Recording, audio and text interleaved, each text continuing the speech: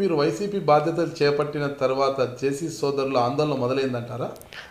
Exactly. ఎందుకు అంత భయం మీరంటే?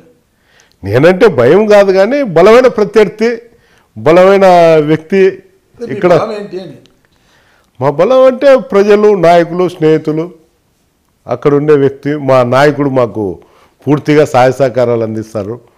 అతను ఒక సామాజిక వర్గంలో ఒక కులాన్ని దేశిస్తాడు. ఒక కులం ఉండే పార్టీలో చంద్రబాబు నాయుడు పుణ్యాన అతను టికెట్ తెచ్చుకొని అక్కడ నిలబడి ఆ వర్గానికి సంబంధించిన వాళ్ళతో ఓట్లు వేయించుకొని వాళ్ళను నానాకు దుర్భాషలతో, అంటే మాట్లాడలేని భాషతో వాళ్ళని హింసిస్తారు. ఈరోజు మీరు పోయి అక్కడ పల్లెలలో విచారించితే మీకే అర్థమవుతుంది. అంటే పల్లెల్లో అంటే వీళ్ళ అరాచకాలు ఎక్కువైనా మీరు భావిస్తున్నారా? అంతే కదా. జేసీ సోదరుల అరాచకాలు ఎక్కువ అయ్యాయి అంటున్నారు మీరు. అయితే జేసీ సోదరులు ఆర్థికంగా కానీ అంగబలంగా కానీ చాలా బలవంతులు. వారి ఆర్థిక కానీ అంగబలంగా ఎదుర్కోగల దమ్ము, ధైర్యం మీకు ఉందంటారా? ఉందనే నేను అక్కడికి పోయినా, లేకపోతే నేను అంత దూరం పోయి తాడిపత్రిలోకి అడుగు పెట్టలేదు కదా. ఏంటికి అడుగు పెట్టలే? నేను వారంలో 5 రోజులు అక్కడనే ఉంటాను. ఇంతవరకు మీరే అన్నారు కదా యాడికి నేను వెళ్ళాను అంటే తాడిపత్రిలో నేను ఉంటూ ప్రోగ్రామ్స్కి వెళ్తున్నా తప్ప ఇంకో విధంగా ఏం కాదు. ప్రస్తుతం మీ పార్టీలోనే ఉంటున్నారు, పేరం నాగిరెడ్డి ఉంటున్నారు, రమేష్ రెడ్డి ఉంటారు, విఆర్ రామరెడ్డి ఉంటారు. వాళ్ళందరి మద్దతు ఎలా ఉంటుంది మీకు? నేనైతే ఒకసారి వెళ్ళా పేరం నాగిరెడ్డి దగ్గరికి, ఆయన లేడు సమయానికి. విఆర్ రామరెడ్డి, రమేష్ రెడ్డి నాతో పాటు కలిసి పనిచేస్తారు. 2019 ఎన్నికల్లో ఖచ్చితంగా మీకే టికెట్ వస్తే విఆర్ రామరెడ్డి, పేరం నాగిరెడ్డి, రమేష్ రెడ్డి మీకు మద్దతుగా నిలిచి మీ గెలుపుకి బాటలు వేస్తారంటారా? వేస్తారు. మీరు ఎలా నమ్ముతున్నారు? ఎలా నమ్ముతున్నారంటే వారితో ఉండే నాకు సంబంధాలు, గతంలో వాళ్ళు కంటెస్ట్ చేసినప్పుడు మాతో కొద్ది వరకు సహాయ సహకారాలు అందించుంటాం కాబట్టి మాకు చేస్తారు. తొలి నుంచి జెండా మోసిన వారిని కాదని మీకు టికెట్ ఇస్తే వాళ్ళకి మనసులా ఒప్పుతుంది, అలా మీకు మద్దతు పలకడానికి? ఈరోజు ఏం కలిసి తిరుగుతున్నాం కదా. అంటే కలిసి తిరగడం వేరు, ఆ రోజు ఎన్నికల్లో సపోర్ట్ చేయడం వేరు. ఆ రోజు చూస్తాం ఏం జరుగుతుందో. అంటే నాకు సపోర్ట్ చేస్తారో లేదో కానీ జేసీ సోదరులకైతే సపోర్ట్ చేయలేరు కదా. అదైతే పక్కా నిజం కదా.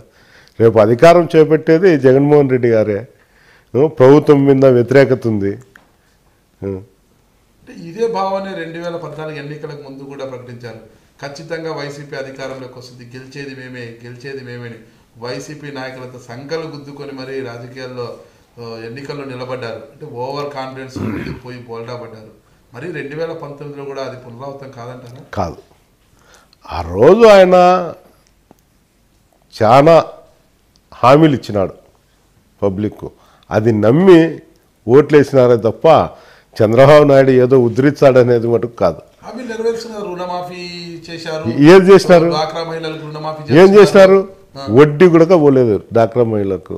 నిరుద్యోగ వృత్తి లేదు. రుణమాఫీ ఏంది 50,000 20,000 ఎంతో చేసినాడు. ఆ వడ్డీలు కట్టే కూడా ఇబ్బందికరమైన పరిస్థితిలో ఉంది. ఏ రైతుకు సక్రమంగా అందడంలే. అతను ఇచ్చింది ఏంది? పెన్షన్లు. ఒక వర్గానికి పెన్షన్ అందుతున్నాయి, కొంతమందికి పెన్షన్లు కూడా అందడంలే. కానీ ప్రజలు చంద్రబాబు నాయుడుని నమ్మే పరిస్థితిలో లేరంటున్నాం. ఓకే, దా విషయాన్ని పక్కన పెడితే జగన్మోహన్ రెడ్డిని ఎందుకు నమ్మాలనుకుంటున్నారు? అంటే ఇతను ఇచ్చిన హామీలు నెరవేర్చడం లేదు. ఇంకోటి ఈయన ముందే తెలుసు కాబట్టి అతను హామీలు ఇలే. అదే హామీలు జగన్మోహన్ రెడ్డి గారు కూడా ఇచ్చి మాట తప్పింటే ఇచ్చిందంటే ఆ రోజే సీఎం అయ్యేవాడు. నేను చేయలేను కాబట్టి ఇతను నిజాలే చెప్తున్నాడు కాబట్టి ప్రజలకు ఆ నమ్మకం ఉంది జగన్మోహన్ రెడ్డి గారి మీద. ఇప్పటికే ఒక్కొక్కరు కూడా జగన్మోహన్ రెడ్డిని వీడి, వైసీపీని వీడి పసుపుగా ఉండ కప్పుకుంటున్నారు. అందరూ కూడా ఒక్కొక్కరుగా వెళ్ళిపోతుంది. ఉన్న సీనియర్లు అంతా కూడా వెళ్ళిపోయారు, పార్టీ ఖాళీ అవుతుంది అంటున్నారు. ఈ నేపథ్యంలో ప్రత్యామ్నాయంగా జనసేన పార్టీ వచ్చింది. ప్రజలు జనసేన పార్టీ వైపు చూడరని నమ్మకం ఏమిటి? ముద్రగడ పద్మనాభం వాళ్ళ కులం కోసం పోరాటం చేస్తున్నారు. లాస్ట్ టైము జనసేన బీజేపీతోనే చంద్రబాబు నాయుడు సీఎం కాగలిగాడు. ఈరోజు ఆ పరిస్థితి లేదు. మన పవన్ కళ్యాణ్ ముద్రగడ పద్మనాభం అంటే పవన్ కళ్యాణ్ ఆ రోజు బీజేపీకి కాదు, టీడీపీ కాదు ప్రచారం చేశారు. అదే పవన్ కళ్యాణ్ ఈరోజు ప్రజల ముందుకు వచ్చాడు పార్టీ పెట్టి. అంటే టీడీపీకి ప్రత్యామ్నాయంగా ఈ జనసేన ఎందుకు చూడండి, మీరు ఎంతసేపు వైసీపీ అధికారంలోకి వస్తుంది అంటున్నారు కదా, అంటే జనసేన ఎందుకు రాదంటున్నారు? అతనికి ఒక 4 మీటింగ్లు 3 మీటింగ్లు చెప్పినాడు. ఒక మీటింగ్లో ఒక విధంగా చెప్తా వస్తున్నాడు, ఒక మీటింగ్కు క్లారిటీనే లేదు. అతనికి ఎట్లా ఓట్లు వేస్తారండి? అతని దగ్గరకు పోయేది కూడా యూత్ అంతా 20 ఏళ్ళు లోపలనే, ఓటు ఉంటుందో ఉండదో కూడా వాళ్ళకి తెలియదు. అలాంటి వాళ్ళు ఆయన అభిమానిస్తారు. ఆ రోజు ఏమిటంటే ఒక సామాజిక వర్గానికి నాయకుడని చూసినారు. ఈరోజు ఆ సామాజిక వర్గం అతన్ని ఆ విధంగా భావించడం లేదు. ముద్రగడనే చూస్తున్నారు తప్ప పవన్ కళ్యాణ్ గారిని చూడడం లేదు. ఒకటి చెప్పండి, ఇటీవల కాలంలో జేసీ ప్రభాకర్ ఎల్లనూరుకు వచ్చి ఎల్లనూరు అంటే మీ ఇంటి ముందరే అంటే రోడ్లో బయట ఆయన హల్చల్ చేశారు అంటున్నారు. ఆ సమయంలో మీరు ఎలా ఫీల్ అయ్యారు? అంటే మా ఊర్లో కాదు కానీ పక్క గ్రామంలో మండల ఎలక్షన్లప్పుడు వచ్చినాడు అతను మందు మార్బలంతో. అక్కడ గ్రామస్తులు యాక్సెప్ట్ చేయకపోయాక అతను బైటాయింపు చేసినాడు. అంతకు తప్ప ఏరేదేం లేదు. అంటే ఎల్లనూరు పుట్లూరు మండలాల్లో చేసి సోదరులకు మద్దతుదారులు అనేది లేకోకుండా చేయడానికి, అసలు వాళ్ళకి ఆడ పలుకుబడి లేకుండా చేయడానికి మీరు చాలా శ్రమిస్తున్నారు అంటున్నారు. ఎంతవరకు కరెక్ట్ అది? నాకు ఆ అవసరం కూడా లేదు. నేను ఈ మండలంలో దాదాపు ఊరికే నాయకులు కలిసి వచ్చినా కూడా నాకు ప్రజలు నా ఇంటి ఉన్నారు. ఈరోజు ఆ పరిస్థితి ఉంది. వాళ్ళు తాడిపత్రి కాన్స్టిట్యూషన్లో ఆ పరిస్థితి పెట్టుకోమను. నేను ఇంట్లో కూర్చున్నా కూడా ఇక్కడున్న ప్రజలు నన్ను యాక్సెప్ట్ చేస్తారు. ఆయన యాక్సెప్ట్ చేయమని ఏంటికి లేదు వర్గం. మా గ్రామంలో కూడా ఉంది వర్గం జేసీ సోదరులకు. మా ఊర్లో గ్రామంలో కూడా ఉంది. వాళ్ళని ఏమనలేదే, మేమే కొట్టలేదు తిట్టలేదే. పక్కన గ్రామంలో ఉంది, ప్రతి పంచాయతీలో ఉంది వాళ్ళకు వర్గం. మీరు ఎలాంటి వ్యాపారాలు లేవంటారు, కేవలం వ్యవసాయం మీద ఆధారపడ్డానంటారు. అలాంటిది ఆర్థికంగా స్థితిమంతులైన జేసీ సోదరులతో ఎన్నికల్లో తలబడగలరా? తలబడతా అని నమ్మకంతోనే నేను తాడిపత్రికి వచ్చిండేది. అంటే ఆర్థికంగా బలవంతులైన వారితో అంటే ఎన్నికలంతా ఇప్పుడు కాస్ట్లీ అయిపోయినాయి. ఓటర్ దగ్గర పోతే 1000 ఇస్తావా 2000 ఇస్తావా అనే పరిస్థితి ఉంది. మీరు 1000 ఇస్తే 2000 కాదు కదా 4000 ఇవ్వాల సమర్థులు చేసి సోదరులు. ఈ సమయంలో వారితో ఎలా తలబడతారు? వాళ్ళు 10,000 ఇచ్చినా అక్కడ ప్రజలు ఓట్లేసే పరిస్థితిలో లేరు. కారణం అంటే వాళ్ళు చేసిన అరాచకాలు. మా డబ్బే కదా వాళ్ళ దగ్గర ఉండేది. అరాచకాలు అంటున్నారు మీరు. ఒక్కటి చెప్పండి, ఏం చేశారు అరాచకం అంటే? ఎగ్జాంపుల్ గ్రానైట్ ఫ్యాక్టరీలు వాళ్ళతో వసూలు కూడా చేసినాడు. మళ్ళీ చెక్ పోస్టులు పెట్టినాడు. ట్రాన్స్పోర్ట్లన్నీ అతనే చేస్తున్నాడు.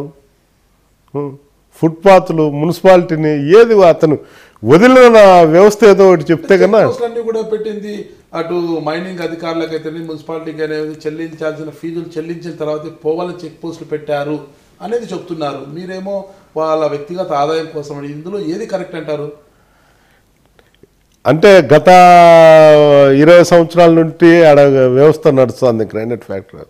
అప్పటి నుండి చెక్ పోస్టులు ఏంది, ఇప్పుడేంటి చెక్ పోస్ట్ పెట్టాడు?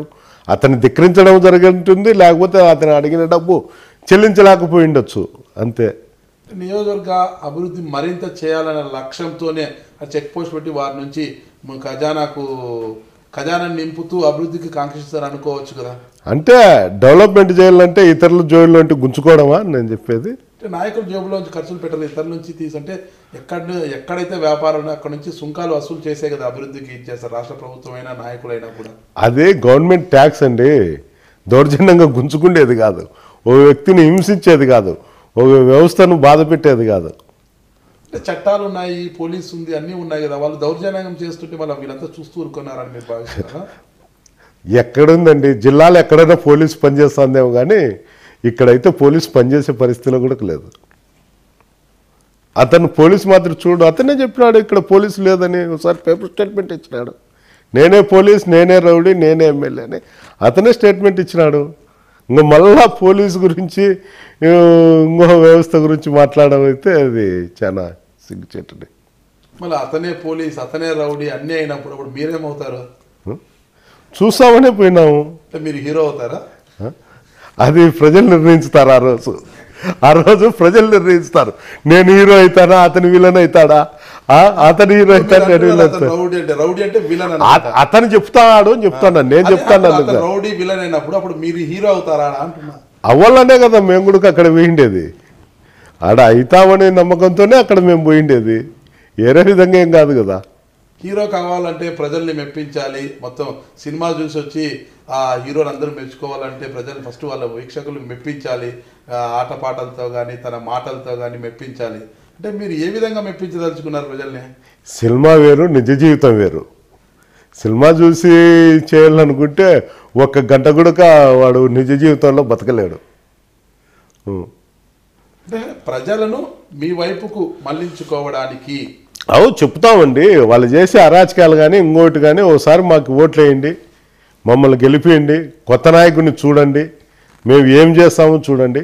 ఆ తర్వాత కావాలంటే మీరు మేము వాళ్ళకన్నా ఎక్కువ డెవలప్ చేయలేకపోయినా, అభివృద్ధి చేయలేకపోయినా, అశాంతి కల్పించిన మమ్మల్ని నెక్స్ట్ టైం యాక్సెప్ట్ చేయొద్దనే చెప్తాము. నేను మీ పెద్దారెడ్డిని, వైఎస్ఆర్ కాంగ్రెస్ పార్టీ లీడర్ను. మీరు చూస్తున్నారు ఐ డ్రీమ్ న్యూస్.